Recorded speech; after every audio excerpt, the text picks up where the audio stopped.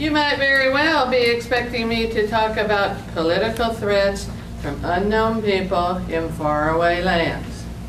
Not so.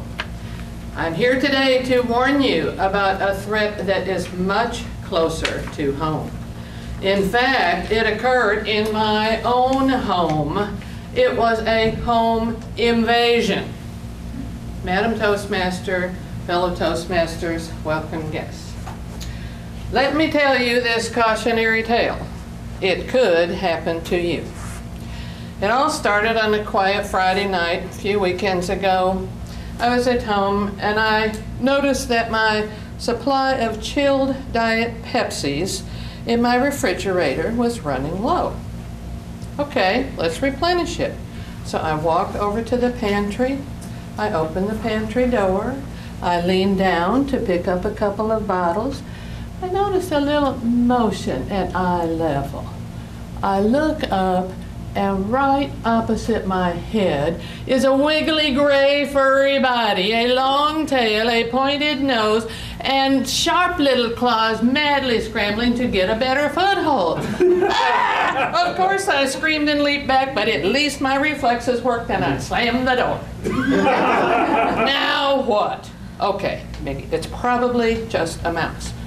But it was awfully big for a mouse. What if it's a rat? Rats actually attack people. What if he gets out into the rest of the house? What if I'm lying in bed and he starts crawling over my neck, over my face, and nibbling at my nose and my ears? I can't stand it. I know that women are not supposed to be weak, but my first thought was, I need a man to handle this for me. Well, after a few minutes of whining and moaning, my brain cleared and I realized something. There are men who handle this kind of thing.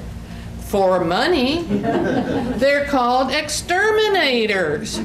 I was so thrilled with my genius idea. I rushed to the phone and immediately started dialing my exterminator. Well, it's Friday night. He's not at work. I get his answering machine. I leave a tearful message begging him to call me first thing on Monday. So, okay. I can get through the weekend as long as I don't open that pantry door. Then a terrible thought reaches my head. All of my margarita supplies are in the pantry. Well, then I got real brave. I said, I'm not going to let any mouse or even a rat force me to spend an entire weekend without a margarita. So I stomped over to the pantry and I remembered this saying, they're way more afraid of you than you are of them. I didn't believe that for a minute. But I did think that if I made enough noise that at least the invader would retreat to the back of the pantry instead of leaping out at me. So, bam, bam, bam, go away, go away, go away. I crack open the door a little bit and listen carefully. I don't hear any scratching and scrambling. So I yank open the door, I grab the margarita supply, slam the door again. Okay. With the support of my margaritas, I did make it through the weekend. Until the phone finally rings on Monday.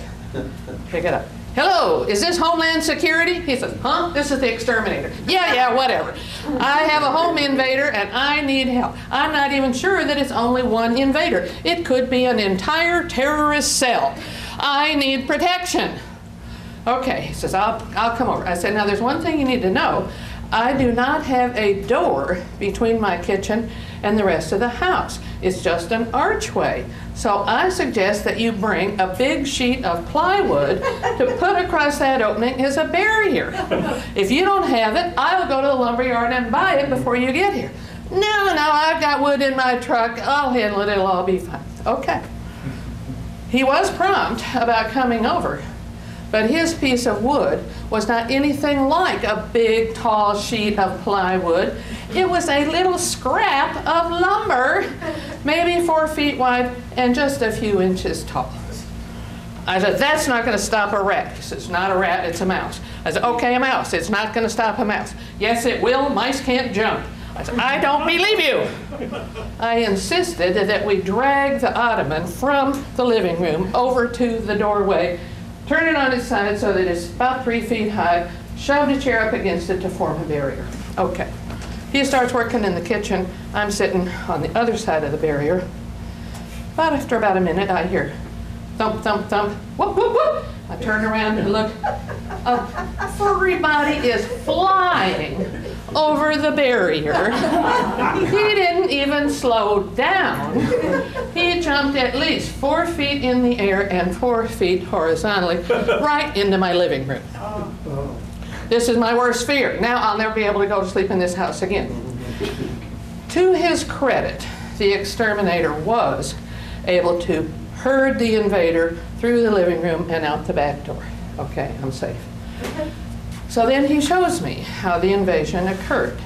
Now I have in the back wall of my pantry an abandoned dryer vent.